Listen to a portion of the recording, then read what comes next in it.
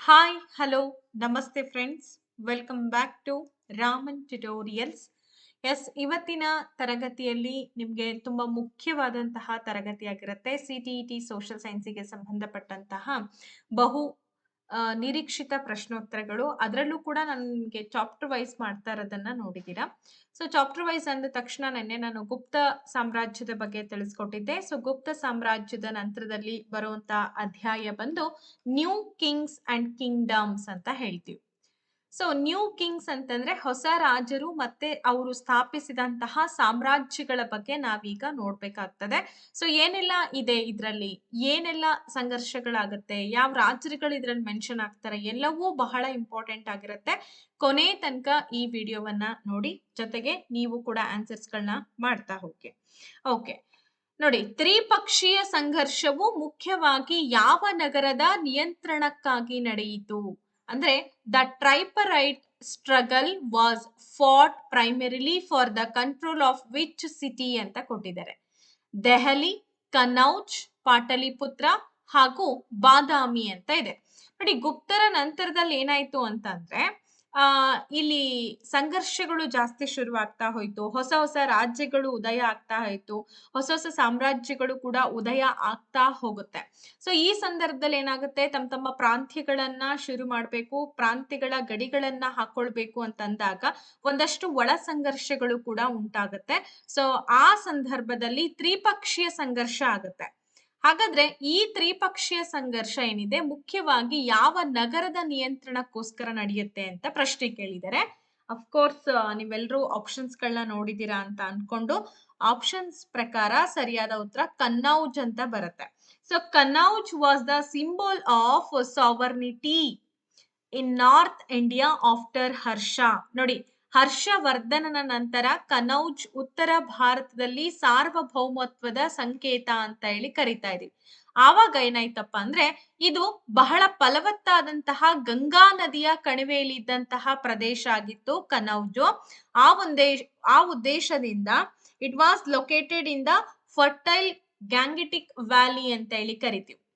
Control over Kannauj mean control over the trade resources of the region. ಕನೌಜ್ನ ಮೇಲೆ ನಿಯಂತ್ರಣ ಅಂದ್ರೆ ಆ ಪ್ರದೇಶದ ವ್ಯಾಪಾರ ಸಂಪನ್ಮೂಲಗಳ ಮೇಲೆ ನಿಯಂತ್ರಣ ಎಂಬ ಅರ್ಥವನ್ನ ಕೊಡುತ್ತೆ. ಅರ್ಥ ಮಾಡ್ಕೊಳ್ಳಿ, ಒಂದು ಪ್ರದೇಶದ ಮೇಲೆ ಒಬ್ಬ ರಾಜ ನಿಯಂತ್ರಣವನ್ನ ಅಥವಾ ಕಂಟ್ರೋಲ್ ಮಾಡ್ತಾ ಇದ್ದಾನೆ ಅಂತಂದ್ರೆ ಆ ಪ್ರದೇಶದಲ್ಲಿ ಆಗ್ತಕ್ಕಂತ ವ್ಯಾಪಾರ ಆಗಿರ್ಬೋದು, ಆಮೇಲೆ ಸಂಪೂರ್ಣವಾದಂತಹ ಸಂಪನ್ಮೂಲಗಳಾಗಿರ್ಬೋದು, ಎಲ್ಲದರ ಮೇಲೆ ತನ್ನ ನಿಯಂತ್ರಣವನ್ನ ಸಾಧಿಸುವಂಥದ್ದು ಅಂತ ಹೇಳಿ ಅರ್ಥ ಆಗುತ್ತೆ.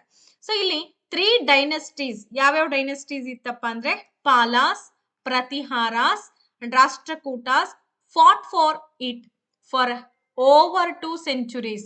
ನೋಡಿ, ಈ ಕನೌಜ್ನ ಉತ್ತರಾಧಿಕಾರಕ್ಕೋಸ್ಕರ ಪಾಲರು, ಪ್ರತಿಹಾರರು, ರಾಷ್ಟ್ರಕೂಟರು ಈ 3 ರಾಜವಂಶಗಳು ಸುಮಾರು 2 ಶತಮಾನಗಳಿಗೂ ಹೆಚ್ಚಿನ ಕಾಲ ಇದಕ್ಕಾಗಿ ಹೋರಾಟವನ್ನ ಮಾಡ್ತವಂತೆ. ನೋಡಿ, ಅರ್ಥ ಮಾಡ್ಕೊಳ್ಳಿ, ಒಂದು ಸಮೃದ್ಧ ಪ್ರದೇಶ ಅಥವಾ ಒಂದು ಸಮೃದ್ಧ ಸ್ಥಳಕ್ಕೆ ಬೇಕಾಗಿರುವಂತಹ ಪ್ರೊಟೆಕ್ಷನ್ ಯಾವ ರೀತಿ ಇರುತ್ತೆ ಅಂತ ಅರ್ಥ ಮಾಡ್ಕೊಳ್ಳಿ. ಸುತ್ತಮುತ್ತಲ ಇರ್ತಕ್ಕಂಥ ಎಲ್ಲಾ ಸಾಮ್ರಾಜ್ಯಗಳು ಕೂಡ ಆ ಪ್ರದೇಶವನ್ನ ಗುರಿಯಾಗಿಟ್ಸ್ಕೊಳ್ತಾರೆ. ಈ ಸುದೀರ್ಘ ಸಂಘರ್ಷವು 3 ರಾಜವಂಶಗಳನ್ನ ದುರ್ಬಲಗೊಳಿಸುತ್ತೆ. So this prolonged conflict weaken all 3 dynasties ಅಂತ ಹೇಳಿ ಹೇಳ್ತಾ ಇದೀವಿ. ಅಷ್ಟೇ ಅಲ್ಲ, ಇದರಿಂದ ಏನಾಗುತ್ತೆ ಅಂತಂದ್ರೆ ಆ 3 ಮನೆತನಗಳು ಕೂಡ ಒಂದು ಪ್ರದೇಶದ ಮೇಲೆ ತಮ್ಮ ಅಸ್ತಿತ್ವವನ್ನ ಸ್ಥಾಪಿಸ್ಬೇಕು ಅಂತ ಶುರು ಮಾಡ್ತಾರೆ. Which dynasty ruled primarily in the Bengal region during the tripartite struggle ಅಂತ ಇದೆ. ಸೊ ಹಾಗಾದ್ರೆ ಈ ತ್ರಿಪಕ್ಷೀಯ ಸಂಘರ್ಷದ ಸಮಯದಲ್ಲಿ ಬಂಗಾಳ ಪ್ರದೇಶದಲ್ಲಿ ಮುಖ್ಯವಾಗಿ ಯಾವ ರಾಜವಂಶವು ಆಳ್ವಿಕೆಯನ್ನ ನಡೆಸ್ತಾ ಇತ್ತು ಅಂತ ಕೇಳಿದ್ದಾರೆ. ರಾಷ್ಟ್ರಕೂಟರು, ಗೂರ್ಜರ ಪ್ರತಿಹಾರರು, ಪಾಲರು ಹಾಗೆ ಚೋಳರು. ನಾನು ಹೇಳ್ತಾ ಇರೋದೇನ್ ಗೊತ್ತಾ ನಿಮಗೆ, ತುಂಬಾ ಇಂಪಾರ್ಟೆಂಟ್ ಲೆಸನ್ ಅಂತ ಹೇಳ್ತಾ ಇದ್ದೀನಿ ಅಂತಂದಾಗ ನೆಗ್ಲೆಕ್ಟ್ ಯಾರು ಮಾಡ್ಬೇಡಿ. ಅರ್ಥ ಆಯ್ತಾ?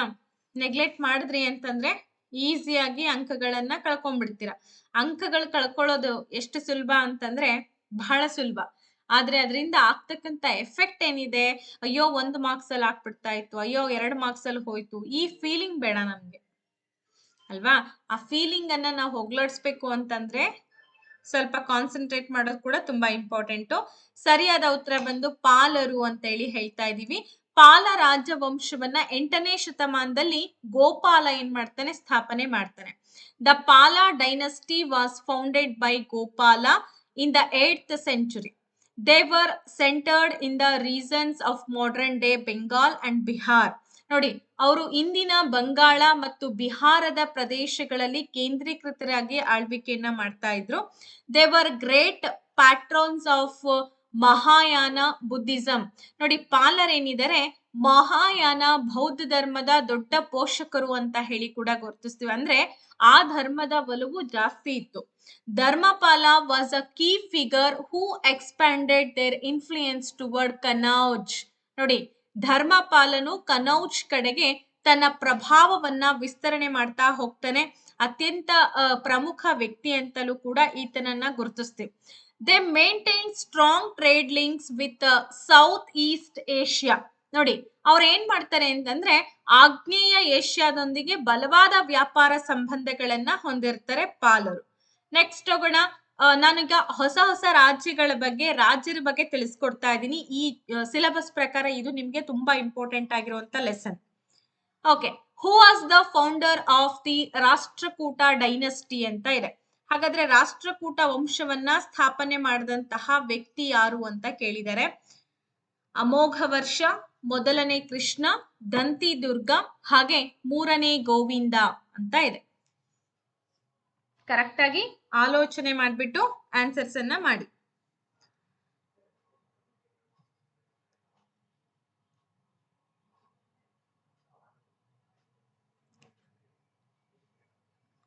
ರಾಷ್ಟ್ರಕೂಟ ರಾಜವಂಶದ ಸ್ಥಾಪಕ ಯಾರು ಅನ್ನೋ ಒಂದು ಪ್ರಶ್ನೆಗೆ ನಿಮ್ಮೆಲ್ಲರ ಉತ್ತರ ಏನ್ ಬರ್ತಾ ಇದೆ?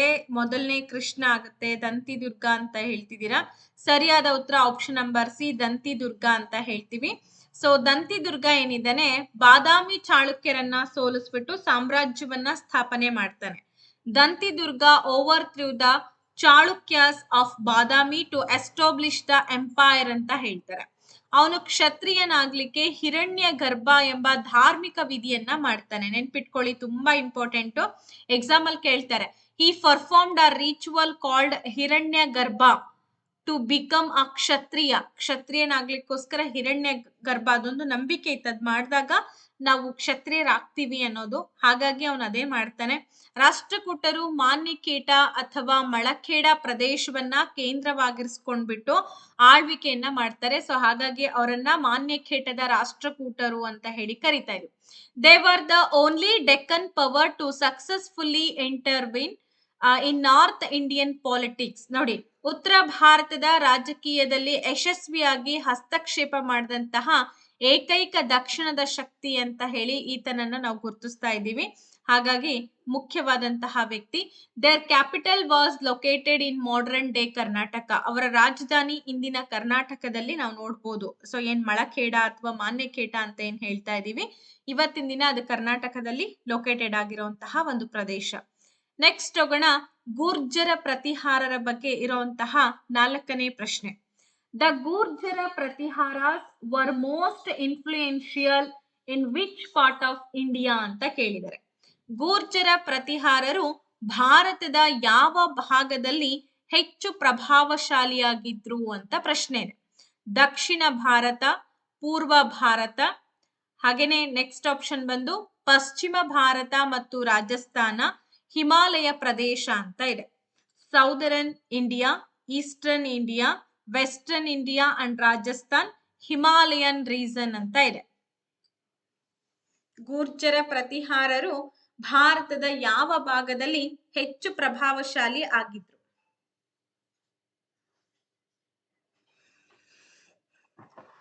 ಕಾಣಿಸ್ತಾ ಇದೆ ಅಂತ ಅನ್ಕೊಂಡಿದೀನಿ. ಹೀಗೆ ಕನ್ನಡ ಇಂಗ್ಲಿಷ್ ಎರಡೂ ಹೇಳೋದ್ರಿಂದ ನಿಮ್ಮ ಎಕ್ಸಾಮ್ಸ್ ಗಳಿಗೂ ಕೂಡ ತುಂಬಾ ಈಸಿ ಆಗುತ್ತೆ. ನೀವು ಕೂಡ ಆರಾಮಾಗಿ ಎಕ್ಸಾಮ್ಸ್ ಅನ್ನ ಬರೀಬಹುದು. ಓಕೆ, ಇಲ್ಲಿ ಸರಿಯಾದ ಉತ್ತರ ಬಂದು ಆಪ್ಷನ್ ನಂಬರ್ ಸಿ ಅಂತ, ಕೆಲವೊಬ್ರು ಡಿ ಅಂತಾನು ಹೇಳಿದ್ರಿ. ಸರಿಯಾದ ಉತ್ತರ ಬಂದು ಆಪ್ಷನ್ ನಂಬರ್ ಸಿ ಆಗುತ್ತೆ. ವೆಸ್ಟರ್ನ್ ಇಂಡಿಯಾ ಅಂಡ್ ರಾಜಸ್ಥಾನ್, ಪಶ್ಚಿಮ ಭಾರತ ಮತ್ತು ರಾಜಸ್ಥಾನ್. ಓಕೆ ನೋಡಿ, they originated in the reasons of Rajasthan and Gujarat. ಅವರು ರಾಜಸ್ಥಾನ ಮತ್ತೆ ಗುಜರಾತ್ ಪ್ರದೇಶಗಳಲ್ಲಿ ಉದ್ಭವಿಸ್ತಾರೆ. ಯಾರು? ಗೂರ್ಜರ ಪ್ರತಿಹಾರರು.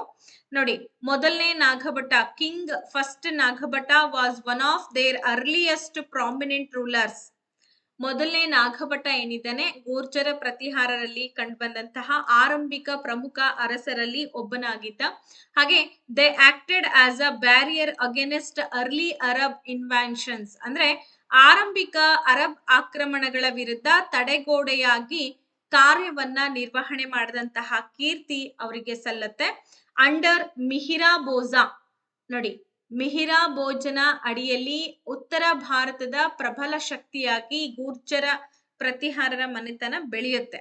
Okay, they become the strongest power in north India ಅಂತ ಹೇಳಿ ನಾವು ಈ ಮನೆತನವನ್ನ ಗುರುತಿಸಬಹುದು. ಹಾಗೆ ಅಂತಿಮವಾಗಿ ದೀರ್ಘಕಾಲದವರೆಗೆ ಕನೌಜ್ನ ಮೇಲೆ ನಿಯಂತ್ರಣವನ್ನ ಕೂಡ ಪ್ರತಿಹಾರರು ಪಡ್ಕೊಳ್ತಾರೆ. They eventually gained control of Kannauj for a significant period ಅಂತ ಹೇಳಿ ಕೂಡ ನಾವ್ ಇದನ್ನ ಗುರುತಿಸ್ತೀವಿ. ನೆಕ್ಸ್ಟ್ 5th ಕ್ವಶನ್ ಬರೋಣ. ರೆಡಿ ಇದ್ದೀರಾ ಅನ್ಕೊಂಡಿದೀನಿ. Which ritual was performed by non Kshatriya rulers to gain the status of Kshatriya ಅಂತ ಇದೆ. ಈಗ ಆಲ್ರೆಡಿ ನೀವು ಆಪ್ಷನ್ಸ್ ನ ನೋಡ್ಕೊಂಡ್ರಿ ಅನ್ಕೊಳ್ತೀನಿ. ಎಸ್, ಆನ್ಸರ್ ಕೂಡ ನೋಡ್ಕೊಂಡ್ರಿ. ಆಪ್ಷನ್ಸ್ ನೋಡ್ಕೋಬಹುದು ನೀವು. ಅಶ್ವಮೇಧ, ಹಿರಣ್ಯಗರ್ಭ, ರಾಜಸೂಯ ಅಂತ ಇದೆ. ಆನ್ಸರ್ ಕೂಡ ನೋಡ್ಕೊಂಡ್ರಿ ಅಲ್ವಾ? ಎಸ್, ಇದಕ್ಕೆ ನಾನೇ ಡೈರೆಕ್ಟ್ ಆಗಿ ಹೇಳ್ಬಿಡ್ತೀನಿ. ಆವಾಗ್ಲೇ ನಾನು ಹೇಳ್ದೆ, ಕ್ಷತ್ರಿಯೇತರ ಅರಸರು ಕ್ಷತ್ರಿಯ ಸ್ಥಾನಮಾನವನ್ನ ಪಡ್ಕೊಳ್ಳಿಕ್ಕೋಸ್ಕರ ಹಿರಣ್ಯ ಗರ್ಭ ಎಂಬ ಆಚರಣೆಯನ್ನ ಕೂಡ ಮಾಡ್ತಾರೆ. ಹಿರಣ್ಯ ಗರ್ಭ ಅಂದ್ರೆ ಅಕ್ಷರಶಃ ಅದನ್ನ ಚಿನ್ನದ ಗರ್ಭ ಎಂಬ ಅರ್ಥವನ್ನ ಕೊಡ್ತೀವಿ. Hiranyagarbha literally means the golden womb ಅಂತ ಹೇಳಿ ಕೂಡ ಹೇಳ್ತಾರೆ. It was performed with the help of Brahmanas, ಅಂದ್ರೆ ಇದನ್ನ ಬ್ರಾಹ್ಮಣರ ಸಹಾಯದಿಂದ ನಡೆಸಲಾಗುತ್ತೆ. ಇದೊಂದು ಆಚರಣೆ. It symbolised the rebirth of the sacrificer as a Kshatriya. ನೋಡಿ, ಯಜ್ಞ ಮಾಡುವವನು ಕ್ಷತ್ರಿಯನಾಗಿ ಮರುಜನ್ಮ ಪಡೆಯುವುದನ್ನ ಇದು ಸಂಕೇತೀಕರಣ ಮಾಡುತ್ತೆ. ಓಕೆ, ಅಷ್ಟೇ ಅಲ್ಲ, ಯೋಧ ಜಾತಿಗೆ ಸೇರದ ಅರಸರಲ್ಲಿ ಇದು ಸಾಮಾನ್ಯ ಪ್ರವೃತ್ತಿಯಾಗಿತ್ತು. This was common among rulers who were not born into the warrior caste. ಈಗ ಫಾರ್ ಎಕ್ಸಾಂಪಲ್ ನಿಮಗೆಲ್ಲ ಗೊತ್ತೇ ಇದೆ, ಯೋಧ ಜಾತಿಗೆ ಸೇರ್ದೇ ಇರ್ತಕ್ಕಂಥವ್ರು ಅಂದ್ರೆ ಸೈನಿಕರ ಜಾತಿಗೆ ಸೇರ್ದೇ ಇರ್ತಕ್ಕಂಥ ಅರಸರಲ್ಲಿ ಇದು ಸಾಮಾನ್ಯವಾಗಿ ಹಿರಣ್ಯ ಗರ್ಭ ಎಂಬ ಆಚರಣೆಯನ್ನ ಮಾಡ್ತಾ ಇದ್ರು. ಅದರಲ್ಲೂ ಕೂಡ ಸ್ಪೆಷಲ್ ಆಗಿ ನಾನು ಅವಾಗ್ಲೇ ಹೇಳ್ದೆ, ರಾಷ್ಟ್ರಕೂಟರ ದೊರೆಯಾದಂತ ದಂತಿದುರ್ಗ ಏನ್ ಮಾಡ್ತಾನೆ, ಈ ವಿಧಿಯನ್ನ ಮಾಡಿದಂತಹ ಅತ್ಯಂತ ಪ್ರಸಿದ್ಧ ಅರಸ ಅಂತ ಹೇಳಿ ಕೂಡ ನಾವ್ ಇವನ ಬಗ್ಗೆ ನೋಡ್ತೀವಿ. ನೆಕ್ಸ್ಟ್ ಬರೋಣ. Who was the most powerful ruler of the Gurjara Pratihara dynasty. Gurjara Pratihara ರಾಜವಂಶದ ಅತ್ಯಂತ ಶಕ್ತಿಶಾಲಿ ಅರಸ ಯಾರು ಅಂತ ಕೇಳಿದರೆ, 2ನೇ ನಾಗಭಟ, ಮಿಹಿರ ಭೋಜ, ಹಾಗೆ ವತ್ಸರಾಜ, ಮಹೇಂದ್ರ ಪಾಲ ಅಂತ ಇದೆ. ಕಮಾನ್, ಕ್ವಿಕ್ ಆಗಿ ಆನ್ಸರ್ಸ್ ಬರ್ಲಿ.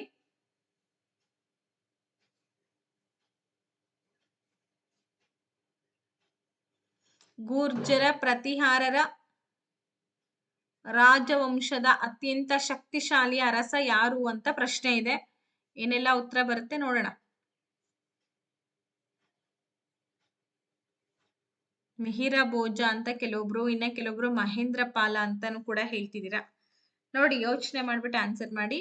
ಎಸ್, ಸರಿಯಾದ ಉತ್ತರ ಬಂದ್ಬಿಟ್ಟು ಮಿಹಿರ ಭೋಜ. ಯಾಕೆಂತಂದ್ರೆ 9ನೇ ಶತಮಾನದಲ್ಲಿ ಆಳ್ವಿಕೆಯನ್ನ ಮಾಡ್ತಾನೆ, ಜೊತೆಗೆ ಸಾಮ್ರಾಜ್ಯವನ್ನ ಗಣನೀಯವಾಗಿ ವಿಸ್ತರಣೆ ಮಾಡ್ತಾನೆ. He ruled in the 9th century and expanded the empire significantly. He was a devotee of Vishnu and took the title ಆದಿವರ. ನೋಡಿ, ಅವರು ವಿಷ್ಣುವಿನ ಭಕ್ತರಾಗಿದ್ರು ಕೂಡ ಮಿಹಿರ ಭೋಜ. ಅಷ್ಟೇ ಅಲ್ಲ, ಆದಿವರಾಹ ಎಂಬ ಬಿರುದನ್ನ ಕೂಡ ಧರಿಸ್ತಾರೆ. His coins often featured the image of Varaha. ನೋಡಿ, ಅವರ ನಾಣ್ಯಗಳು ಹೆಚ್ಚಾಗಿ ವರಾಹನ ಚಿತ್ರವನ್ನ ಹೊಂದಿದ್ವು. So he successfully defended his territory against the Palas and Rashtrakutas. ನೋಡಿ, ಪಾಲರು ಮತ್ತು ರಾಷ್ಟ್ರಕೂಟರ ವಿರುದ್ಧ ತಮ್ಮ ಭೂ ಪ್ರದೇಶವನ್ನ ಯಶಸ್ವಿಯಾಗಿ ರಕ್ಷಣೆ ಮಾಡಿಕೊಂಡಂತಹ ಕೀರ್ತಿ ಮಿಹಿರ ಭೋಜನಿಗೆ ಸಲ್ಲತ್ತೆ. ಹಾಗಾಗಿ ಈತ ಗೂರ್ಜರ ಪ್ರತಿಹಾರಲ್ಲಿ ಕಂಡುಬಂದಂತ ಅತ್ಯಂತ ಪ್ರಸಿದ್ಧ ದೊರೆ, ನೆನ್ಪಿಟ್ಕೊಳ್ಳಿ. ಅರಬ್ ಪ್ರವಾಸಿಗರೇನಿದ್ದಾರೆ ಅವರ ಪ್ರಬಲ ಸೈನ್ಯ ಮತ್ತೆ ಆಡಳಿತವನ್ನ ಕೂಡ ಶ್ಲಾಘನೆ ಮಾಡ್ತಾರೆ. ಆಫ್ ಕೋರ್ಸ್ ಎಲ್ಲ ಚೆನ್ನಾಗಿದ್ರೆ ಎಲ್ಲರೂ ಹೊಗಳ್ತಾರೆ ಅಲ್ವೇನ್ರಿ, common. The famous rock cut Kailasa temple at Ellora was built by which Rashtrakuta king ಅಂತ ಇದೆ. ನೋಡಿ ಎಷ್ಟೊಳ್ಳೆ ಪ್ರಶ್ನೆ ಅಲ್ವಾ. ಎಲ್ಲೋರಾದಲ್ಲಿ ಕಂಡುಬರ್ತಕ್ಕಂತಹ ಪ್ರಸಿದ್ಧ ಕೈಲಾಸ ದೇವಾಲಯವನ್ನ ಯಾವ ರಾಷ್ಟ್ರಕೂಟ ಅರಸ ನಿರ್ಮಾಣ ಮಾಡ್ದ ಅಂತ ಪ್ರಶ್ನೆ ಇದೆ. ಪ್ರಶ್ನೆ ಎಲ್ಲ ಕರೆಕ್ಟ್ ಆಗಿ ಓದ್ಕೊಳ್ಳಿ. ಆಪ್ಷನ್ಸ್ ಗಳನ್ನ ಹೇಳ್ತೀನಿ. ಮೂರನೇ ಗೋವಿಂದ, ಮೊದಲನೇ ಕೃಷ್ಣ, ಹಾಗೆ ಅಮೋಘ ವರ್ಷ, ಮೂರನೇ ಇಂದ್ರ ಅಂತ ಇದೆ. ಎಲ್ಲೋರ ಕೈಲಾಸನಾಥ ಟೆಂಪಲ್ ಅನ್ನ ನಿರ್ಮಾಣ ಮಾಡಿದಂತಹ ರಾಷ್ಟ್ರಕೂಟರ ದೊರೆ ಯಾರು?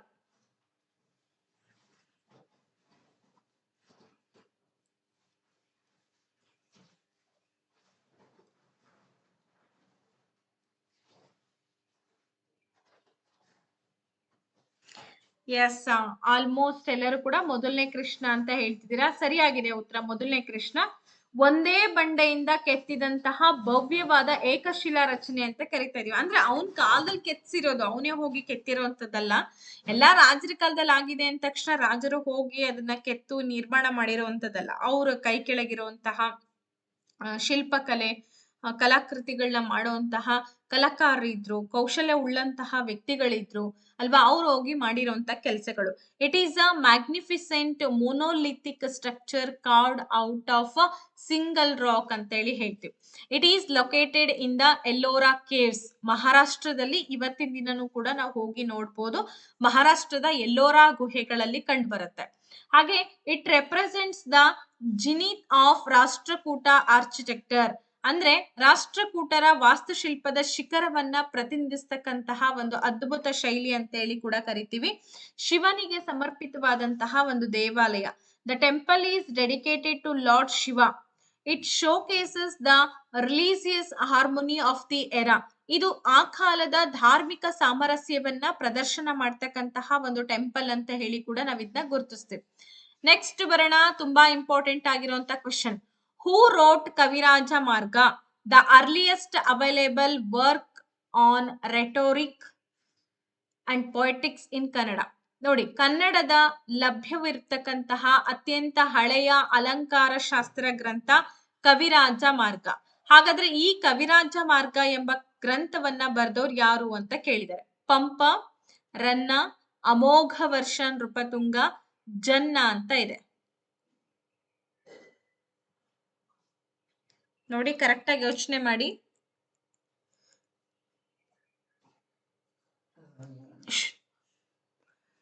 ಎಸ್, ಏನಾಗುತ್ತೆ ನೋಡಿ ಸರಿಯಾದ ಉತ್ತರ.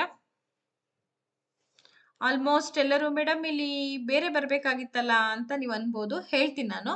ಅಮೋಘ ವರ್ಷ ಸರಿಯಾದ ಉತ್ತರ. ಸೊ ಅಮೋಘ ವರ್ಷನು ರಾಷ್ಟ್ರಕೂಟ ರಾಜವಂಶದ ದೀರ್ಘಕಾಲದವರೆಗೆ ಕೂಡ ಆಳ್ವಿಕೆ ನಡೆಸಿದಂತಹ ರಾಜರಲ್ಲಿ ಒಬ್ಬ ಅಂತ ಹೇಳಿ ಹೇಳ್ತೀವಿ. ಸೊ ಅವರು ದೊಡ್ಡ ವಿದ್ವಾಂಸರು ಮತ್ತೆ ಸಾಹಿತ್ಯದ ಪೋಷಕನು ಕೂಡ ಆಗಿದ್ದ. ಕವಿರಾಜ ಮಾರ್ಗವು ಕನ್ನಡ ಮಾತನಾಡುವಂತಹ ಭೂಭಾಗದ ಗಡಿಗಳನ್ನ ವ್ಯಾಖ್ಯಾನಿಸುತ್ತೆ. Kavirajamarga defines the boundaries of the Kannada speaking land. He preferred peace over continuous warfare. ನಿರಂತರ ಯುದ್ಧಕ್ಕಿಂತ ಶಾಂತಿಯನ್ನ ಬಯಸ್ತಾ ಇದ್ರು. ಧಾರ್ಮಿಕ ಮನೋಭಾವಕ್ಕಾಗಿ ಅಶೋಕ ಚಕ್ರವರ್ತಿಗೂ ಕೂಡ ಇವರನ್ನ ಹೋಲಿಕೆ ಮಾಡಲಾಗಿತ್ತು ಅಂತ ಹೇಳ್ತೀವಿ. ಸೊ ಅಮೋಘ ವರ್ಷ ಅವನ ಕಾಲದಲ್ಲಿ ರೆಡಿಯಾದಂತಹ ಒಂದು ಕೃತಿ ಇದು, ಕವಿರಾಜ ಮಾರ್ಗ ಕೃತಿ. ಹಾಗೆ ಇನ್ನ ಕೆಲವೊಬ್ರು ಇದನ್ನ ಶ್ರೀ ವಿಜಯನು ಕೂಡ ರಚನೆ ಮಾಡ್ದ ಅಂತಲೂ ಹೇಳ್ತಾರೆ. ಶ್ರೀ ವಿಜಯನ ಕವಿರಾಜ ಮಾರ್ಗ ಅಂತಲೂ ಕೂಡ ಹೇಳ್ತಾರೆ. ಬಟ್ ಅಮೋಘ ವರ್ಷನ ಕಾಲದಲ್ಲಿ ಆಗಿದೆ. ಸರಿನಾ? Vikramshila university was founded by which ಪಾಲ ರೂಲರ್ ಅಂತ ಇದೆ. ವಿಕ್ರಮಶೀಲ ವಿಶ್ವವಿದ್ಯಾನಿಲಯವನ್ನ ಯಾವ ಪಾಲ ಅರಸ ಸ್ಥಾಪನೆ ಮಾಡ್ತಾನೆ? ಗೋಪಾಲ, ಧರ್ಮಪಾಲ, ದೇವಪಾಲ, ಹಾಗೆ ಮಹಿಪಾಲ. ನೋಡಿ ಎಲ್ಲರೂ ಪಾಲರೇ ಇಲ್ಲಿ.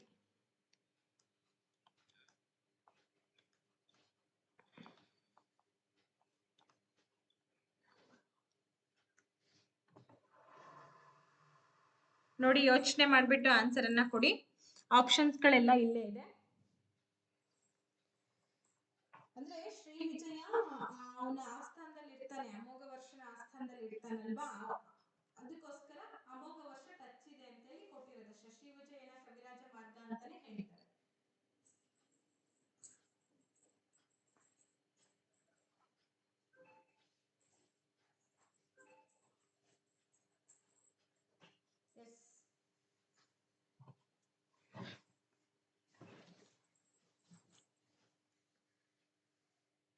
ಇದಕ್ಕೆಲ್ಲ ಏನ್ ಆನ್ಸರ್ ಕೊಡ್ತಾ ಇದ್ದೀರಾ?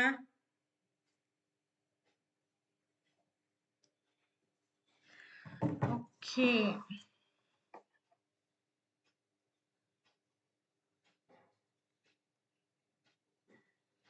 ಒಂದನೇ ಅಮೋಘ ವರ್ಷ ಸರಿಯಾಗಿದೆ. ಓಕೆ, ಅದನ್ನ ಅವನ ಕಾಲದಲ್ಲಿ ಇದ್ದಂತಹ ಪೊಯೆಟ್ ಶ್ರೀ ವಿಜಯ ಏನ್ ಮಾಡ್ತಾನೆ ಅಂತಂದ್ರೆ, ಅವನೇ ಬರ್ದ ಅಂತ ಕೆಲವೊಂದು ನಮಗಿನ್ನೂ ಹಳೆ ಇತಿಹಾಸದ ಬಗ್ಗೆ ಸ್ಪಷ್ಟವಾದಂತ ಮಾಹಿತಿ ಸಿಕ್ಕಿಲ್ಲ. ನಿಮ್ಗೆ ಅದೆಲ್ಲ ಗೊತ್ತೇ ಇದೆ. ಶ್ರೀ ವಿಜಯ ಅಂತಾನು ಹೇಳ್ತಾರೆ. ನಿಮಗೆ ಎಕ್ಸಾಮ್ ಅಲ್ಲಿ ಆಪ್ಷನ್ಸ್ ಹೆಂಗ್ ಕೊಟ್ಟಿರ್ತಾರೆ ಹಂಗ್ ಬರೀರಿ. ಒಂದನೇ ಅಮೋಘ ವರ್ಷ ಅಂತ ಕೊಟ್ಟಿದ್ದಾರೆ, ಶ್ರೀ ವಿಜಯ ಅಂತ ಕೊಟ್ಟಿಲ್ಲ ಅಂದ್ರೆ ಒಂದನೇ ಅಮೋಘ ವರ್ಷ ಅಂತ ಹಾಕ್ರಿ. ಇಲ್ಲ ಮೇಡಮ್ ಶ್ರೀ ವಿಜಯ ಅಂತ ಕೊಟ್ಟಿದ್ದಾರೆ, ಶ್ರೀ ವಿಜಯನೇ ಹಾಕಿ. ಸರಿನಾ? ಕ್ಲಿಯರಾ? ಓಕೆ, ಮತ್ತೆ ನಿಮಗೆ ಡೌಟ್ ಬರಬಾರ್ದಲ್ಲ, ಹಾಗಾಗಿ ನಾನು ಅದನ್ನ ಕ್ಲಾರಿಟಿ ಕೊಟ್ಟೆ. ಧರ್ಮಪಾಲ ಸರಿಯಾದ ಉತ್ತರ. ಇದು ನಳಂದಾದ ನಂತರ ಬೌದ್ಧ ಶಿಕ್ಷಣದ ಪ್ರಮುಖ ಕೇಂದ್ರಗಳಲ್ಲಿ ಒಂದಾಗಿತ್ತು. It was one of the most important centres of Buddhist learning after Nalanda ಅಂತ ಹೇಳಿ ಹೇಳ್ತೀವಿ. Dharmapala was a devout Buddhist, ಅಂದ್ರೆ ಧರ್ಮಪಾಲ ಏನಿದ್ದಾನೆ ಕಟ್ಟಾ ಬೌದ್ಧ ಧರ್ಮದವನಾಗಿದ್ದ. ಸೊ ಅಷ್ಟೇ ಕಟ್ಟಾ ಒಂದು ಬೌದ್ಧ ಧರ್ಮವನ್ನ ಪಾಲನೆ ಕೂಡ ಮಾಡ್ತಾ ಇದ್ದ.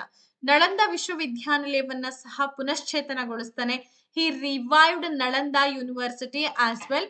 The university attracted students from across Asia. ನೋಡಿ, ಈ ನಳಂದ ವಿಶ್ವವಿದ್ಯಾನಿಲಯ ಏನಿದೆ ಏಷ್ಯಾದಾದ್ಯಂತನೂ ಕೂಡ ವಿದ್ಯಾರ್ಥಿಗಳನ್ನ ಆಕರ್ಷಣೆ ಮಾಡ್ತಾ ಇತ್ತಂತೆ.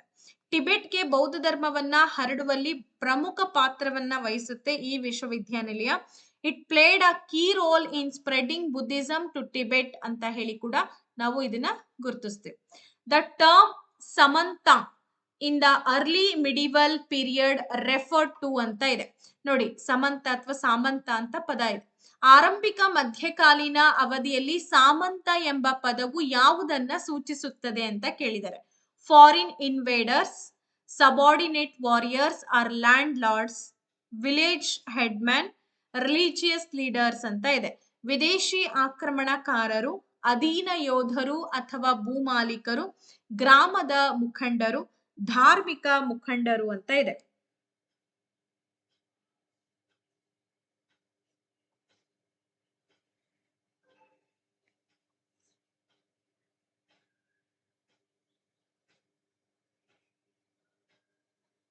ಇಬ್ರು ಸೇರ್ಕೊಂಡು ಬರೆದಿದ್ದಾರೆ ಅಂತಾನೂ ಇದೆ.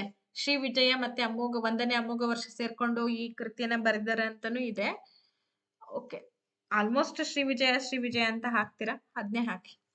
ಸರಿ, ಇದಕ್ಕೆ ಸರಿಯಾದ ಉತ್ತರ ಬಂದ್ಬಿಟ್ಟು ಏನಾಗುತ್ತೆ? ಆಪ್ಷನ್ ನಂಬರ್ ಬಿ ಆಗುತ್ತೆ. Subordinate warriors R landlords ಅಂದ್ರೆ ಅಧೀನ ಯೋಧರು ಮತ್ತೆ ಭೂ ಮಾಲೀಕರು ಸರಿಯಾದ ಉತ್ತರ. ರಾಜರು ದೊಡ್ಡ ಭೂ ಮಾಲೀಕರು ಅಥವಾ ಯೋಧ ಮುಖ್ಯಸ್ಥರನ್ನ ಸಾಮಂತರು ಅಂತ ಹೇಳಿ ಗುರುತಿಸ್ತಾ ಇದ್ರು. ನೋಡಿ, kings acknowledged big landlords or warrior chiefs as samantas ಅಂತ ಹೇಳಿ ಹೇಳ್ತಾರೆ.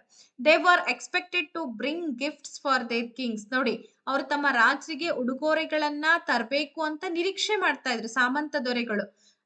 ನಿಮ್ಗೆಲ್ಲ ಗೊತ್ತೇ ಇದೆ, ಮೊನ್ನೆ ಕಾಂತಾರ ಫಿಲಂ ಅಲ್ಲಿ ಕದಂಬರ ಸಾಮಂತ ದೊರೆಗಳು ಅಂತ ಹೇಳಿ ಆ ಒಂದು ಸಾಮ್ರಾಜ್ಯವನ್ನ ಇಟ್ಕೊಂಡು ಒಂದು ಕತೆ ಮಾಡಿದ್ರಲ್ವಾ, ಫಿಲಂ ನೋಡಿದಾಗ ಗೊತ್ತಾಗತ್ತೆ. ಹಂಗೆ ಸಾಮಂತ ದೊರೆಗಳು ಅಂದ್ರೆ ಆ ರೀತಿ ಇರ್ತಾರೆ.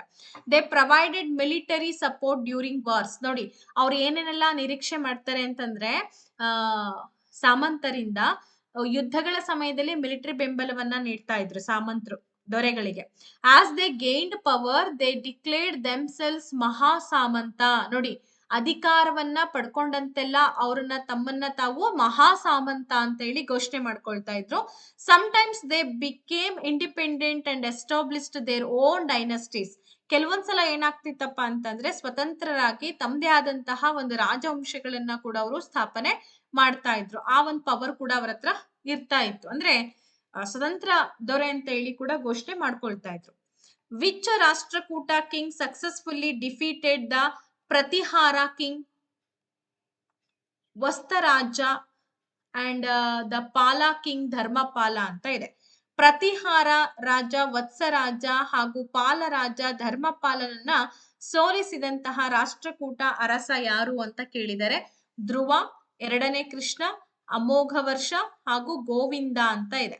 ಎಸ್ ನೋಡಿ, ಆಪ್ಷನ್ಸ್ ನೋಡ್ಕೊಳ್ಳಿ ಗೊತ್ತಾಗುತ್ತೆ. ಧ್ರುವ, ಎರಡನೇ ಕೃಷ್ಣ, ಅಮೋಘ ವರ್ಷ ಹಾಗೂ ಎರಡನೇ ಗೋವಿಂದ ಅಂತ ಇದೆ. ಪ್ರತಿಹಾರ ರಾಜನಾದಂತಹ ವತ್ಸರಾಜ ಮತ್ತೆ ಪಾಲರಾಜ ಧರ್ಮಪಾಲನನ್ನ ಸೋಲಿಸಿದಂತಹ ರಾಷ್ಟ್ರಕೂಟರ ಅರಸ ಯಾರು ಅಂತ ಕೇಳಿದ್ದಾರೆ.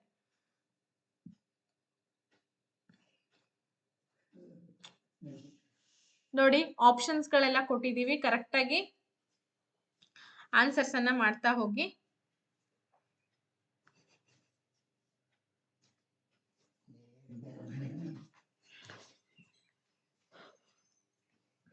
ಸರಿಯಾದ ಉತ್ತರ ಬಂದ್ಬಿಟ್ಟು ಧ್ರುವ ಅಂತ ಆಗುತ್ತೆ. Very good. Dhruva was the first Rashtrakuta king to cross the Vindhyas. ನೋಡಿ, ಧ್ರುವ ಏನಿದ್ದಾನೆ ರಾಷ್ಟ್ರಕೂಟರ ದೊರೆ ಇವನು. ಧ್ರುವ ರಾಷ್ಟ್ರಕೂಟರಲ್ಲಿ ಅತ್ಯಂತ ಪ್ರಸಿದ್ಧ ದೊರೆ ಅಂತ ಹೇಳಿ ಗುರುತಿಸ್ತಾ ಇದೀವಿ. ವಿಂಧ್ಯ ಪರ್ವತಗಳನ್ನ ದಾಟಿದಂತಹ ಮೊದಲ ರಾಷ್ಟ್ರಕೂಟ ರಾಜ ಅಂತ ಹೇಳಿ ಈತನನ್ನ ಗುರುತಿಸ್ತಾರೆ. He established the Rashtrakutas as dominant force in the north. ಉತ್ತರದಲ್ಲಿ ರಾಷ್ಟ್ರಕೂಟರನ್ನ ಪ್ರಬಲ ಶಕ್ತಿಯನ್ನಾಗಿ ಸ್ಥಾಪನೆ ಮಾಡ್ತಾನೆ. He effectively enter the tripartite struggle. ಅವನು ತ್ರಿಪಕ್ಷೀಯ ಸಂಘರ್ಷಕ್ಕೆ ಪರಿಣಾಮಕಾರಿಯಾಗಿ ಪ್ರವೇಶವನ್ನ ಕೊಡ್ತಾನೆ. He defeated both major rivals in separate battles. ನೋಡಿ, ಇಬ್ರು ಪ್ರಮುಖ ಎದುರಾಳಿಗಳನ್ನ ಪ್ರತ್ಯೇಕ ಯುದ್ಧಗಳಲ್ಲಿ ಸೋಲಿಸ್ತಾನೆ. ಯಾರು? ಧ್ರುವ. ರಾಷ್ಟ್ರಕೂಟರ ಅರಸ ಆಗಿರ್ತಾನವನು. ಆಕ್ಚುಲಿ ರಾಷ್ಟ್ರಕೂಟ ನಮ್ಮ ಕರ್ನಾಟಕದ ಮನೆತನ, ನಿಮ್ಗೆ ಗೊತ್ತಿದೆ. ದಕ್ಷಿಣ ಭಾರತದಲ್ಲಿ ಬರ್ತಾರೆ. ಸೊ ದಕ್ಷಿಣ ಭಾರತದಲ್ಲಿ ಬಂದ್ರು ಕೂಡ ಉತ್ತರ ಭಾರತಕ್ಕೆ ಲಗ್ಗೆ ಇಟ್ಟು ಅಲ್ಲಿರ್ತಕ್ಕಂಥ ರಾಜರನ್ನ ಸೋಲಿಸ್ತಾನೆ. This victory brought immense prestige to the Deccan kingdom. ನೋಡಿ, ಈ ಒಂದು ವಿಕ್ಟರಿ ಏನಾಗುತ್ತೆ ಅಂದ್ರೆ ದಕ್ಷಿಣದ ಭಾಗಕ್ಕೆ, ದಕ್ಷಿಣದ ರಾಜ್ಯಗಳಿಗೆ ಅಪಾರವಾದಂತ ಪ್ರತಿಷ್ಠೆಯನ್ನ ತಂದ್ಕೊಟ್ಬಿಡತ್ತೆ. ಎಸ್, ಅಫ್ಕೋರ್ಸ್ ಅಲ್ವಾ. The Palas were followers of which religion. ನೋಡಿ, ಪಾಲರು ಯಾವ ಧರ್ಮದ ಅನುಯಾಯಿಗಳಾಗಿದ್ರು ಅಂತ ಕೇಳ್ತಾ ಇದಾರೆ. ಶೈವ ಧರ್ಮ, ಜೈನ ಧರ್ಮ, ಹಾಗೇನೆ ಮತ್ಯಾವ ಧರ್ಮ ಇದೆ ಅಂತ ನೋಡೋಣ ಇಲ್ಲಿ. ಬೌದ್ಧ ಧರ್ಮ ಮತ್ತು ವೈಷ್ಣವ ಧರ್ಮ ಅಂತ ಇದೆ. ಬೌದ್ಧ ಧರ್ಮ,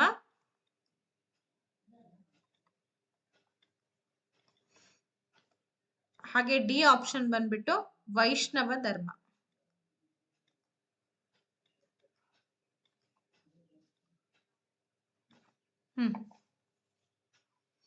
ಯಾವ ಧರ್ಮದ ಅನುಯಾಯಿಗಳಾಗಿದ್ರು?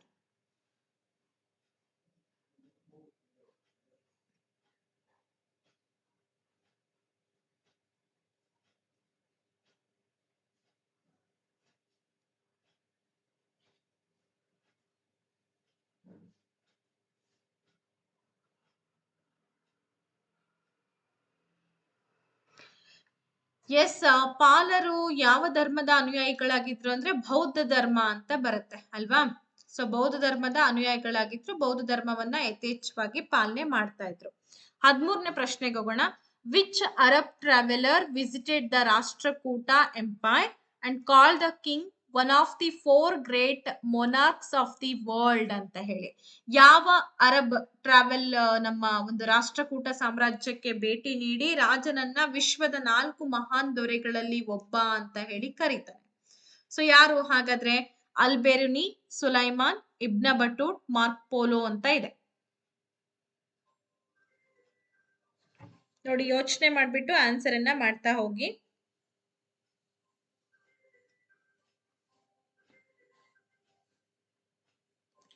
ಯಾವ ಅರಬ್ ಪ್ರವಾಸಿಗ ರಾಷ್ಟ್ರಕೂಟ ಸಾಮ್ರಾಜ್ಯಕ್ಕೆ ಭೇಟಿ ನೀಡಿ ರಾಜನನ್ನ ವಿಶ್ವದ 4 ಮಹಾನ್ ದೊರೆಗಳಲ್ಲಿ ಒಬ್ಬ ಅಂತ ಹೇಳಿ ಕರೀತಾನೆ? ಇದು ಇಂಗ್ಲಿಷ್ ಮೀಡಿಯಂ ಅಲ್ಲಿ ಕೂಡ ನೋಡ್ಕೊಳ್ಳಿ. ಮತ್ತೆ CTT ಇಂಗ್ಲಿಷ್ ಮೀಡಿಯಂ ಅಲ್ಲಿ ಬರಿಬೇಕಲ್ವಾ ನೀವು.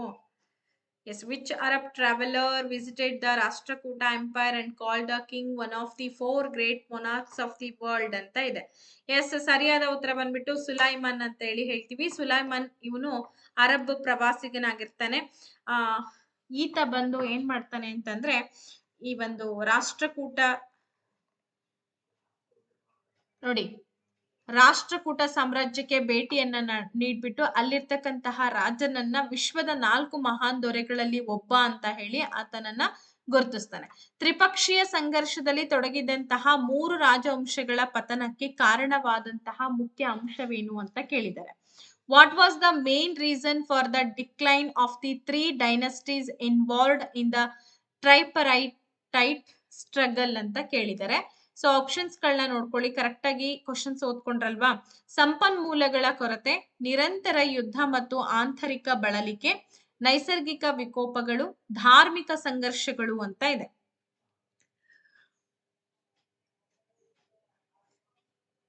ನೋಡಿ, ಕರೆಕ್ಟ್ ಆಗಿ ಯೋಚನೆ ಮಾಡ್ಬಿಟ್ಟು ಆನ್ಸರ್ ಮಾಡಿ. ತ್ರಿಪಕ್ಷೀಯ ಸಂಘರ್ಷದಲ್ಲಿ ತೊಡಗಿದ್ದಂತಹ 3 ರಾಜವಂಶಗಳ ಪತನಕ್ಕೆ ಏನ್ ಕಾರಣ ಆಗತ್ತೆ?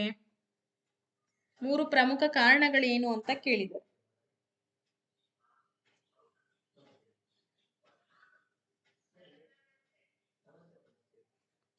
ಎಸ್, ನೋಡಿ ಏನಾಗುತ್ತೆ ಅಂದ್ರೆ ನಿರಂತರವಾದಂತಹ ಯುದ್ಧ ಮತ್ತೆ ಆಂತರಿಕ ಬಳಲಿಕೆ ಅಂದ್ರೆ ಕಾನ್ಸ್ಟಂಟ್ ವಾರ್ಫೇರ್ ಅಂಡ್ ಇಂಟರ್ನಲ್ ಎಕ್ಸಾಸ್ಟೇಷನ್ ಅಂತ ಹೇಳಿ ಕರಿತೀವಿ. ಏನಾಗ್ತದೆ, ಒಬ್ಬ ಮನುಷ್ಯನ ಮೇಲೆ ನಿರಂತರವಾಗಿ ದಾಳಿ ಮಾಡಿದಾಗ ಅಲ್ಲಿ ಸೋರ್ಸಸ್ಗಳೇ ಇರಲ್ಲ, ಯುದ್ಧ ಮಾಡೋಷ್ಟು ಕೆಪಾಸಿಟಿ ಇರೋದಿಲ್ಲ. ಕಂಪ್ಲೀಟ್ಲಿ ಏನಾಗಿರ್ತಾನೆ ಅವನು ಅಂತಂದ್ರೆ ಟಯರ್ಡ್ ಫೀಲ್ ಮಾಡ್ತಿರ್ತಾನೆ. ಆಂತರಿಕವಾಗಿ ಅವನಿಗೆ ಶಕ್ತಿ ಸಂಪೂರ್ಣವಾಗಿ ಕುಂದೋಗಿರುತ್ತೆ. ಹಾಗಾಗಿ ಇದು ಕಾರಣ ಅಂತ ಹೇಳಿ ಹೇಳ್ಬೋದು.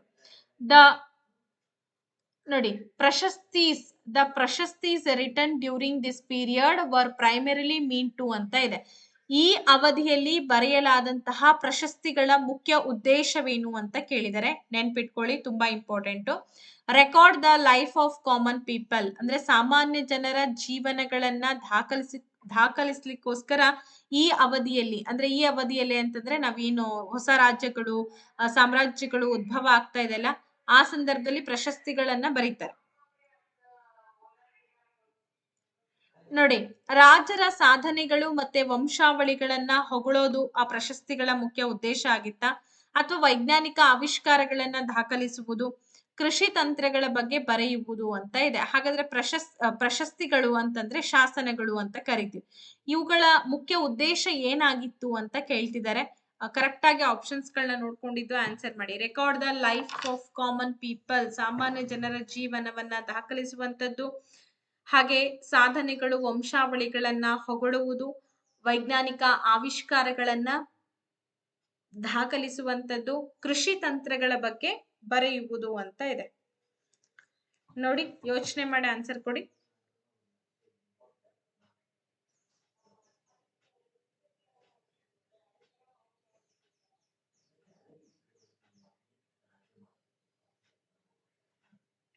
S, almost option number B ನೇ ಆಗತ್ತೆ ಅಂತ ಹೇಳ್ತಿದ್ದೀರಾ.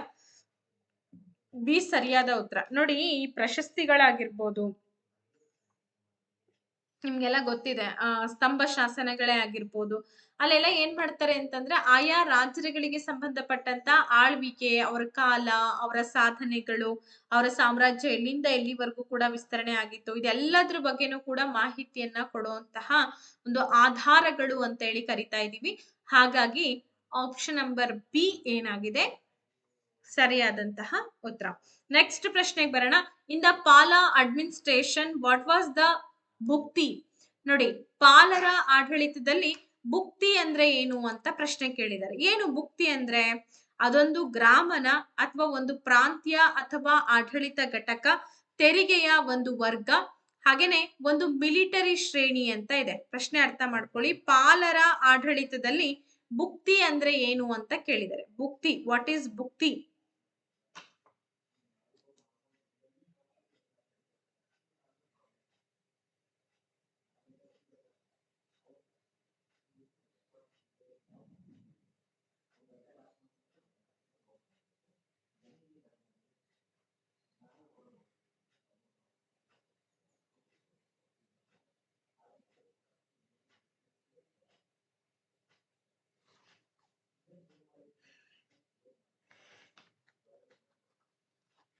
ನೋಡಿ, ಕರೆಕ್ಟ್ ಆಗಿ ಆಲೋಚನೆ ಮಾಡ್ಬಿಟ್ಟು ಆನ್ಸರ್ ಅನ್ನ ಕೊಡ್ತಾ ಇದ್ದೀರಾ ಅನ್ಕೊಂಡಿದೀನಿ. ಎಸ್, ಸರಿಯಾದ ಉತ್ತರ ಬಂದ್ಬಿಟ್ಟು ಇಲ್ಲಿ ಅ ಪ್ರಾವಿನ್ಸ್ ಆರ್ ಅಡ್ಮಿನಿಸ್ಟ್ರೇಟಿವ್ ಯೂನಿಟ್ ಅಂದ್ರೆ ಒಂದು ಪ್ರಾಂತ್ಯ ಅಥವಾ ಆಡಳಿತದ ಘಟಕಕ್ಕೆ ಏನಂತ ಕರಿತಾ ಇದ್ರು, ಭುಕ್ತಿ ಅಂತೇಳಿ ಕರಿತಾ ಇದ್ರು. ಯಾರ ಕಾಲದಲ್ಲಿ ಅಂತಂದ್ರೆ ಪಾಲರ ಆಡಳಿತದಲ್ಲಿ. Okay, the title Gangaikonda Chola was taken by a ruler of which later dynasty ಅಂತ ಕೇಳಿದ್ದಾರೆ. ತುಂಬಾ ಇಂಪಾರ್ಟೆಂಟ್ ಆಗಿರುವಂತ ಕ್ವಶನ್. ಓಕೆ, ನೋಡಿ, ಗಂಗೈಕೊಂಡ ಚೋಳ ಎಂಬ ಬಿರುದನ್ನ ನಂತರದ ಯಾವ ರಾಜವಂಶದ ಅರಸನು ಪಡ್ಕೊಳ್ತಾನೆ? ರಾಷ್ಟ್ರಕೂಟರು, ಚೋಳರು, ಹಾಗೆ ಪಾಲರು, ಮತ್ತೊಂದು ಪ್ರತಿಹಾರರು. ನೋಡಿ, ಆಪ್ಷನ್ ನಂಬರ್ ಸಿ ಏನ್ ಹೇಳುತ್ತೆ ಅಂತಂದ್ರೆ ಪಾಲರು, ಡಿ ಬಂದು ಪ್ರತಿಹಾರರು.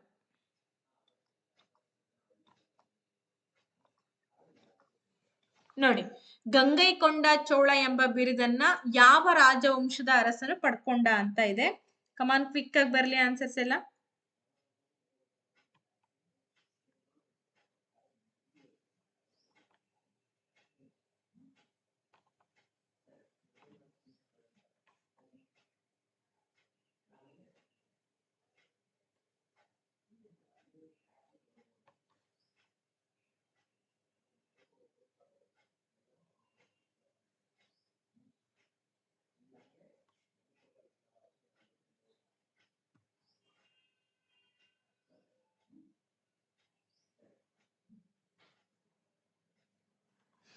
ಓಕೆ, ಇದಕ್ಕೆ ಸರಿಯಾದ ಉತ್ತರ ಬಂದ್ಬಿಟ್ಟು ಚೋಳರು ಅಂತ ಹೇಳಿ ಹೇಳ್ತಾ ಇದ್ದೀರಾ. ಸರಿಯಾದ ಉತ್ತರ ಬಂದು ಚೋಳರು. ಸೊ, ಒಂದನೇ ರಾಜೇಂದ್ರ ಚೋಳನಿಗೆ ಗಂಗೈಕೊಂಡ ಚೋಳ ಎಂಬ ಬಿರುದನ್ನ ಕೂಡ ಆತ ಪಡ್ಕೊಂಡಿದ್ದ. ಚೋಳರು ಕೂಡ ತಮಿಳ್ನಾಡನ್ನ ತುಂಬಾ ಅದ್ಧೂರಿಯಾಗಿ ಆಳ್ವಿಕೆಯನ್ನ ಮಾಡ್ತಾರೆ. ಸೊ ಅವರ ಒಂದು ರಚನೆಗಳನ್ನ ಕೂಡ ಇಂದಿಗೂ ನಾವು ತಮಿಳ್ನಾಡಿನಲ್ಲಿ ನೋಡ್ಬೋದು ಅಲ್ವಾ. Which Pratihara ruler regain the lost prestige of the dynasty after the Rashtrakuta attacks ಅಂತ ಇದೆ. ತುಂಬಾ ಇಂಪಾರ್ಟೆಂಟ್ ಕ್ವಶನ್ ಇದು, ಅರ್ಥ ಮಾಡ್ಕೊಳ್ಳಿ. ರಾಷ್ಟ್ರಕೂಟರ ದಾಳಿಯ ನಂತರ ರಾಜವಂಶದ ಕಳೆದು ಹೋದ ಪ್ರತಿಷ್ಠೆಯನ್ನ ಮರಳಿ ಪಡೆದಂತಹ ಪ್ರತಿಹಾರ ಅರಸ ಯಾರು ಅಂತ ಪ್ರಶ್ನೆ ಇದೆ. ಎರಡನೇ ನಾಗಭಟ, ಎರಡನೇ ಭೋಜ, ಹರಿಶ್ಚಂದ್ರ ಹಾಗೂ ಮಹಿಪಾಲ ಅಂತ ಇದೆ.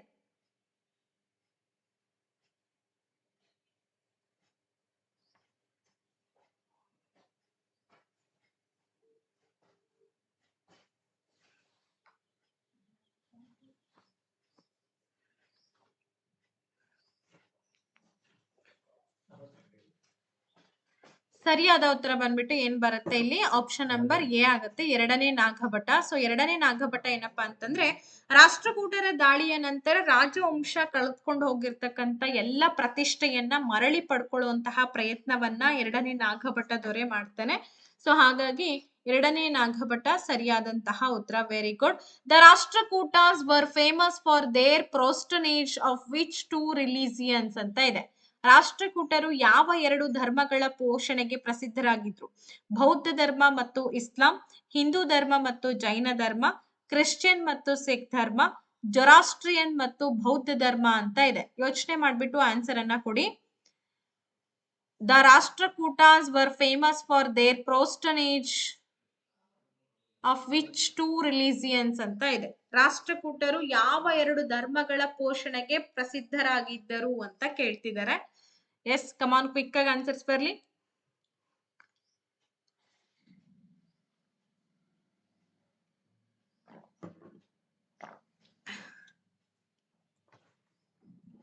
ಓಕೆ, ಆಲ್ಮೋಸ್ಟ್ ಎಲ್ಲರೂ ಕೂಡ ಸರಿಯಾದ ಉತ್ತರವನ್ನ ಕೊಟ್ಟಿದ್ದೀರಾ. ಹಿಂದೂ ಧರ್ಮ ಮತ್ತು ಜೈನ ಧರ್ಮ ನಿಮ್ಗೆಲ್ಲ ಗೊತ್ತಿರ್ಬೋದು. ಯಾಕೆ ಅಂತಂದ್ರೆ ಈ ಎಲ್ಲೋರ ಕೈಲಾಸನಾಥ ದೇವಾಲಯದಲ್ಲಿ ಸ್ವಲ್ಪ ವೀಕ್ಷಣೆ ಮಾಡಿದಾಗ ಚೈತ್ಯಾಲಯಗಳು ಕೂಡ ಕಂಡು ಬಂದಿದೆ. ಮತ್ತೆ ಈ ಜೈನ ಧರ್ಮಕ್ಕೆ ಸಂಬಂಧಪಟ್ಟಂತ ಅನೇಕ ಕುರುಹುಗಳು ಕೂಡ ಅಲ್ಲಿ ಸಿಕ್ಕಿದೆ. ಹಾಗಾಗಿ ಇವರು ಜೈನ ಧರ್ಮ ಮತ್ತು ಹಿಂದೂ ಧರ್ಮದ ಪೋಷಕರಾಗಿದ್ರು. ಮತ್ತೆ ಎಲ್ಲೋರದಲ್ಲಿ ಕೂಡ ಕೈಲಾಸನಾಥ ದೇವಾಲಯ ಟೆಂಪಲ್ ಅನ್ನ ಕೂಡ ಇವರು ನಿರ್ಮಾಣ ಮಾಡಿದ್ದಾರೆ. ಹಾಗಾಗಿ ಹಿಂದೂ ಧರ್ಮದ ಪ್ರತಿಪಾದಕರು ಕೂಡ ಆಗಿದ್ರು. ಯಾರು? ರಾಷ್ಟ್ರಕೂಟರು. ನೆನ್ಪಿಟ್ಕೊಳ್ಳಿ, ಎಕ್ಸಾಮ್ಸ್ ಅಲ್ಲಿ ಎಲ್ಲ ಕನ್ಫ್ಯೂಸ್ ಮಾಡಿ ಮತ್ತೆ ಟೋಟಲಿ ಕನ್ಫ್ಯೂಸ್ಡ್ ಮಾಡ್ಕೋಬಾರ್ದು. Who was the last great ruler of the Rashtrakutas? ರಾಷ್ಟ್ರಕೂಟರ ಕೊನೆಯ ಮಹಾನ್ ಅರಸ ಯಾರು ಅಂತ ಕೇಳಿದರೆ ಮೂರನೇ ಕೃಷ್ಣ, ಹಾಗೆ ನಾಲ್ಕನೇ ಇಂದ್ರ, ಎರಡನೇ ಕರ್ಕ, ಮೂರನೇ ಅಮೋಘ ವರ್ಷ ಅಂತ ಕೊಟ್ಟಿದ್ದಾರೆ.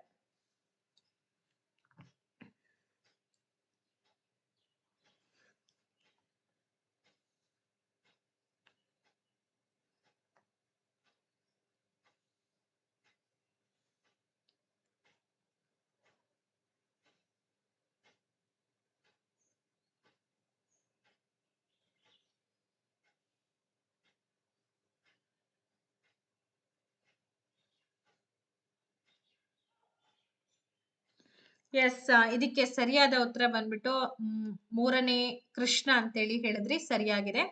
ನೋಡಿ, ಮೂರನೇ ಕೃಷ್ಣ ಏನಿದ್ದಾನೆ ಅಂದ್ರೆ he consolidated the empire for one last time ಅಂತ ಹೇಳಿ ಹೇಳ್ತಾನೆ. ಹಾಗೆ ತಕ್ಕೋಲಂ ಯುದ್ಧದಲ್ಲಿ ಚೋಳರನ್ನ ಸೋಲಿಸ್ತಾನೆ. He defeated the Cholas in the battle of Takkolam.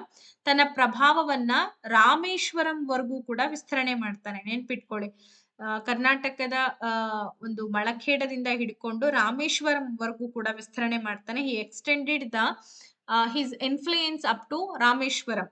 He was a patron of Kannada and Sanskrit literature. ನೋಡಿ, ಕನ್ನಡ ಮತ್ತು ಸಂಸ್ಕೃತ ಸಾಹಿತ್ಯದ ಪೋಷಕನು ಕೂಡ ಆಗಿದ್ದ.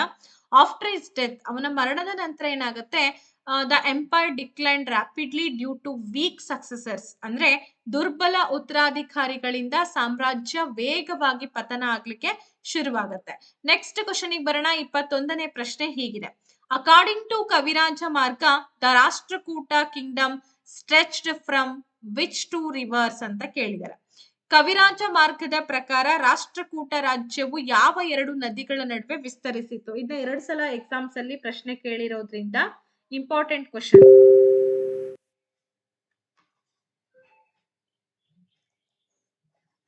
ಗಂಗಾ ಮತ್ತು ಯಮುನಾ, ಕಾವೇರಿಯಿಂದ ಗೋದಾವರಿ, ಕೃಷ್ಣ ಮತ್ತು ತುಂಗಭದ್ರಾ, ಹಾಗೆ ನರ್ಮದಾ ಮತ್ತು ತಾಪಿ ನದಿ ಅಂತ ಇದೆ.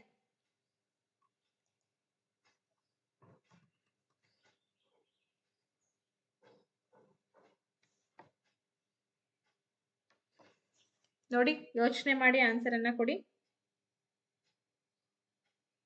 ನಿಮ್ಮ ಏನೇ ಡೌಟ್ಸ್ ಇದ್ರೂ ಕೂಡ ವಿಡಿಯೋದ ಕೊನೆಯಲ್ಲಿ ದಯವಿಟ್ಟು ಡಿಸ್ಕಷನ್ ಮಾಡೋಣ, ಇಲ್ಲಿ ಬೇಡ.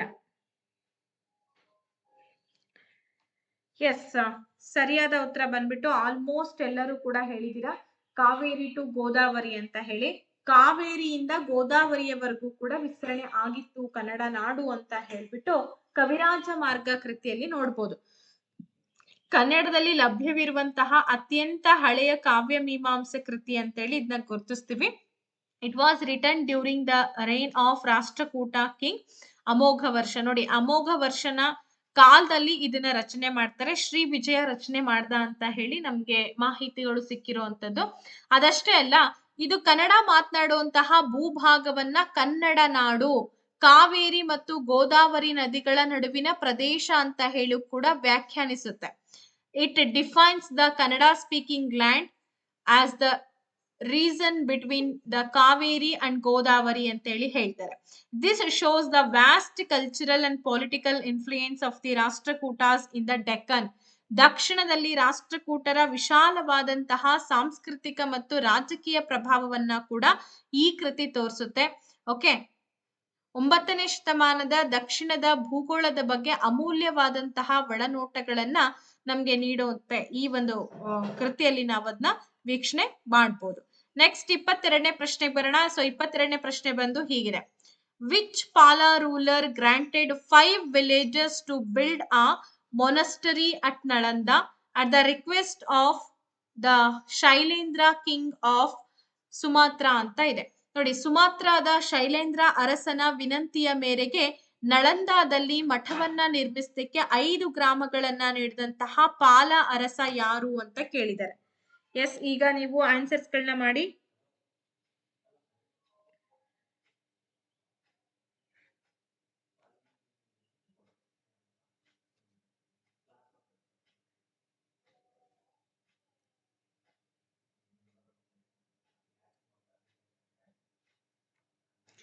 ಎಸ್, ಕಮಾನ್, ಕ್ವಿಕ್ ಆಗಿ ಬರ್ಲಿ ಆನ್ಸರ್ಸ್.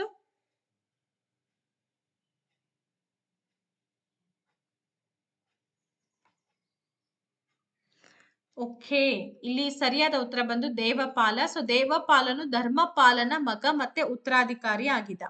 ನೋಡಿ, ಬೌದ್ಧ ಧರ್ಮದ ದೊಡ್ಡ ಪೋಷಕನಾಗಿದ್ದ, ಜೊತೆಗೆ ಸಾಮ್ರಾಜ್ಯದ ವ್ಯಾಪ್ತಿಯನ್ನ ಕೂಡ ವಿಸ್ತರಣೆ ಮಾಡ್ತಾರೆ. He was a great patron of Buddhism and extended the empire's reach ಅಂತ ಹೇಳಿ ಹೇಳ್ತೀವಿ. ಹಾಗೆ ನೋಡಿ, ಈ ಸುಮಾತ್ರಾದ ಶೈಲೇಂದ್ರ ಅರಸ ಬಾಲಪುತ್ರ ದೇವನು ಭೂದಾನಕ್ಕಾಗಿ ವಿನಂತಿಸಿರ್ತಾನೆ. ಈ ಬಾಲಪುತ್ರ ದೇವ the Shailendra king of Sumatra requested the land grant ಅಂತ ಹೇಳಿ ಹೇಳ್ತೀವಿ. ಈ ಪರಸ್ಪರ ಕ್ರಿಯೆಯು ಕಲಿಕೆಯ ಕೇಂದ್ರವಾಗಿ ನಳಂದಾದ ಅಂತಾರಾಷ್ಟ್ರೀಯ ಖ್ಯಾತಿಯನ್ನ ಸಾಬೀತುಪಡಿಸುತ್ತೆ. ಪಾಲರು ಮತ್ತೆ ಆಗ್ನೇಯ ಏಷ್ಯಾದ ನಡುವಿನ ಬಲವಾದ ವ್ಯಾಪಾರ ಹಾಗೆ ಸಾಂಸ್ಕೃತಿಕ ಸಂಬಂಧಗಳನ್ನ ಎತ್ತಿ ತೋರಿಸುತ್ತೆ. ಓಕೆ, ಹಾಗಾಗಿ ತುಂಬಾ important. Who was the ruler of Kannauj when the Pala king Dharmapala invaded and held a grand durbar there ಅಂತ ಕೊಟ್ಟಿದ್ದಾರೆ ಪ್ರಶ್ನೆ. ಕನ್ನಡದಲ್ಲಿ ಹೇಳ್ತೀನಿ. ಪಾಲರಾಜ ಧರ್ಮಪಾಲನು ದಾಳಿ ಮಾಡಿ ಅಲ್ಲಿ ಭವ್ಯವಾದ ದರ್ಬಾರನ್ನ ನಡೆಸಿದಂತಹ ಸಂದರ್ಭದಲ್ಲಿ ಕನೌಜ್ನ ಅರಸ ಯಾರಾಗಿದ್ರು ಅಂತ ಪ್ರಶ್ನೆ ಇದೆ. ವಾಟ್ ಅ ಗ್ರೇಟ್ ಕ್ವಶನ್ ಅಲ್ವೇನ್ರಿ ಮೇಡಮ್? ಇದೇನ್ ಗ್ರೇಟ್ ಕ್ವಶನ್ ಅಂತ ನೀವು ಅನ್ಬೋದು, ಬಟ್ ಗ್ರೇಟ್ ಕ್ವಶನ್ ಇದು.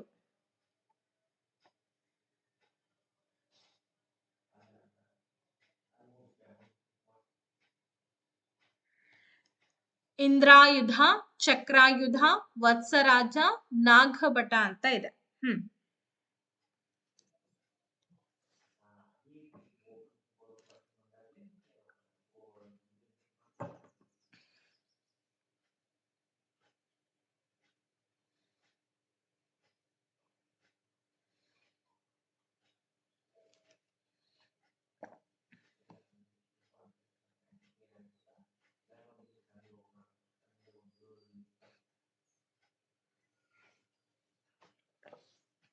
ಎಸ್, ಸರಿಯಾದ ಉತ್ತರ ಬಂದ್ಬಿಟ್ಟು ಇಲ್ಲಿ ಚಕ್ರಾಯುಧ ಅಂತ ಹೇಳ್ತೀವಿ.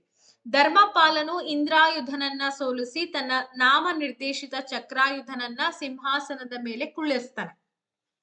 Dharmapala defeated Indrayudha and placed his nominee Chakrayudha on the throne. ನೋಡಿ, to celebrate this victory he held a grand durbar at Kannauj. ಈ ವಿಜಯವನ್ನ ಆಚರಣೆ ಮಾಡ್ಲಿಕ್ಕೋಸ್ಕರ ಕನೌಜ್ ನಲ್ಲಿ ಭವ್ಯವಾದ ದರ್ಬಾರನ್ನ ನಡೆಸ್ತಾನೆ. Many kings of north India attended this durbar and acknowledged his supremacy. ಉತ್ತರ ಭಾರತದ ಅನೇಕ ರಾಜರು ಈ ದರ್ಬಾರ್ನಲ್ಲಿ ಭಾಗವಹಿಸಿ ಅವನ ಸರ್ವೋಚ್ಚತೆಯನ್ನ ಅಂಗೀಕಾರ ಮಾಡ್ತಾರೆ. ಈ ಘಟನೆಯು ತ್ರಿಪಕ್ಷೀಯ ಸಂಘರ್ಷದಲ್ಲಿ ಪಾಲರ ಪ್ರಭಾವದ ಉತ್ತುಂಗವನ್ನ ಸೂಚಿಸುತ್ತೆ. This event mark the peak of ಪಾಲ ಇನ್ಫ್ಲೂಯೆನ್ಸ್ ಇನ್ ದ ತ್ರಿಪರೆಟೈಟ್ ಸ್ಟ್ರಗಲ್ ಅಂತೇಳಿ ಹೇಳ್ತೀವಿ. ಆದ್ರೆ ಪ್ರತಿಹಾರರು ಶೀಘ್ರದಲ್ಲೇ ಅದನ್ನ ಸವಾಲು ಮಾಡಿದ್ರಿಂದ ಈ ನಿಯಂತ್ರಣವು ಅಲ್ಪಕಾಲಿಕವಾಗಿತ್ತು ಅಂತ ಹೇಳಿ ಕೂಡ ಹೇಳ್ತೀವಿ. ಇರ್ಲಿ, ಪರವಾಗಿಲ್ಲ. ಯಾವ್ದ್ಯಾವ್ದು ಇಂಪಾರ್ಟೆಂಟ್ ಆ ಕ್ವಶನ್ಸ್ ಗಳ ಕಡೆ ಗಮನ ಕೊಡಿ. ಇನ್ನೊಂದು 2 ಕ್ವಶನ್ಸ್ ಇದೆ. 2 ಕ್ವಶನ್ಸ್ ಗಳನ್ನ ನಾನು ಡಿಸ್ಕಷನ್ ಮಾಡಿ ಈ ವಿಡಿಯೋವನ್ನ ಹೆಂಡ್ ಮಾಡ್ತೀನಿ. ರಾಜಧಾನಿಯನ್ನ ಮಾನ್ಯಖೇಟಕ್ಕೆ ಸ್ಥಳಾಂತರಿಸಿದ ಕೀರ್ತಿ ಯಾವ ರಾಷ್ಟ್ರಕೂಟದ ಅರಸನಿಗೆ ಸಲ್ಲುತ್ತದೆ? Which Rashtrakuta king is credited with shifting the capital to Manyakheta ಅಂತ ಇದೆ. ದಂತಿದುರ್ಗ, ಮೊದಲನೇ ಕೃಷ್ಣ, ಮೊದಲನೇ ಅಮೋಘ ವರ್ಷ, ಧ್ರುವ ಅಂತ ಇದೆ.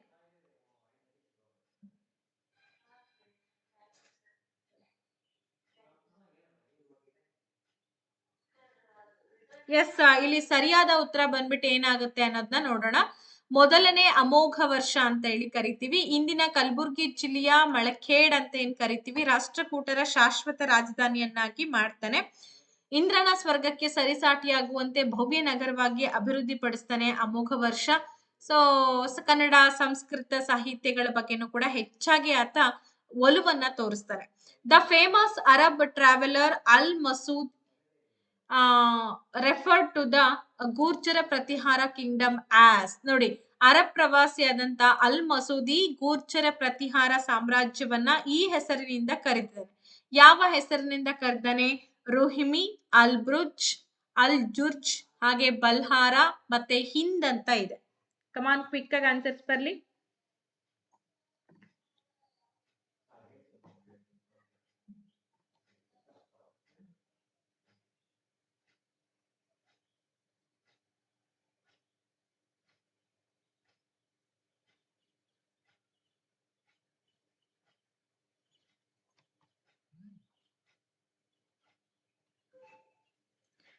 ಓಕೆ, ಸರಿಯಾದ ಉತ್ತರ ಏನಾಗುತ್ತೆ ಹಾಗಾದ್ರೆ ಅಂತಂದ್ರೆ ಅಲ್ ಜುರ್ಜ್ ಅಂತ ಹೇಳ್ತೀವಿ.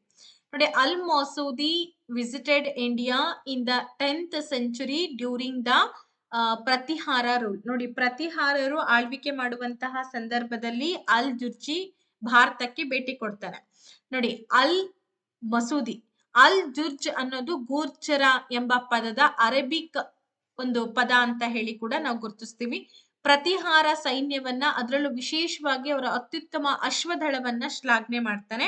ಈ praise the Pratihara army especially their fine cavalry. So ಆ ಕ್ಯಾವಲ್ರಿಯನ್ನ ಹೆಚ್ಚು ಶ್ಲಾಘನೆ ಮಾಡ್ತಾನೆ. ಜುರ್ಜ್ ರಾಜನು ರಾಷ್ಟ್ರಕೂಟರ ಶತ್ರು ಎಂದು ಅವನು ಉಲ್ಲೇಖವನ್ನ ಕೂಡ ಮಾಡ್ತಾನೆ. ಓಕೆ.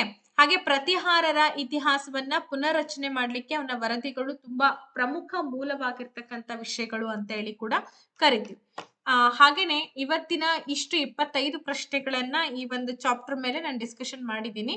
ಅಂಡ್ ಹೋಪ್ ಸೊ ನಿಮ್ಗೆಲ್ರಿಗೂ ಕೂಡ ಇಲ್ಲಿ ಇನ್ಫಾರ್ಮೇಟಿವ್ ಆಗಿತ್ತು ಅಂತ ಭಾವಿಸ್ತಾ, ಅಂಡ್ ಇನ್ನ ಒಂದು ಉಳ್ಕೊಂಡಿರುವಂತಹ ಒಂದು 5-6 ಕ್ವಶನ್ಸ್ ಗಳನ್ನ ನಾನು ನಿಮ್ಗೆ ಕೊಟ್ಟಿರ್ತೀನಿ. ಅದನ್ನ ನೀವು ಓದ್ಕೊಳ್ಳಿ, ಅದರ ಅಭ್ಯಾಸವನ್ನ ಮಾಡ್ಕೊಳ್ಳಿ. ಡೆಫಿನೆಟ್ಲಿ ನಿಮಗೆ ಹೆಲ್ಪ್ಫುಲ್ ಆಗುತ್ತೆ ಅಂತ ಹೇಳ್ತಾ ಇವತ್ತಿನ ಈ ಕ್ಲಾಸ್ ಅನ್ನ ಇಲ್ಲಿಗೆ ಮುಗಿಸೋಣ. Thank you and take care. ಮತ್ತೆ ಮುಂದಿನ ತರಗತಿಯಲ್ಲಿ ಭೇಟಿ ಆಗೋಣ ಅಂತ ಹೇಳ್ತಾ ಬೈ ಬೈ.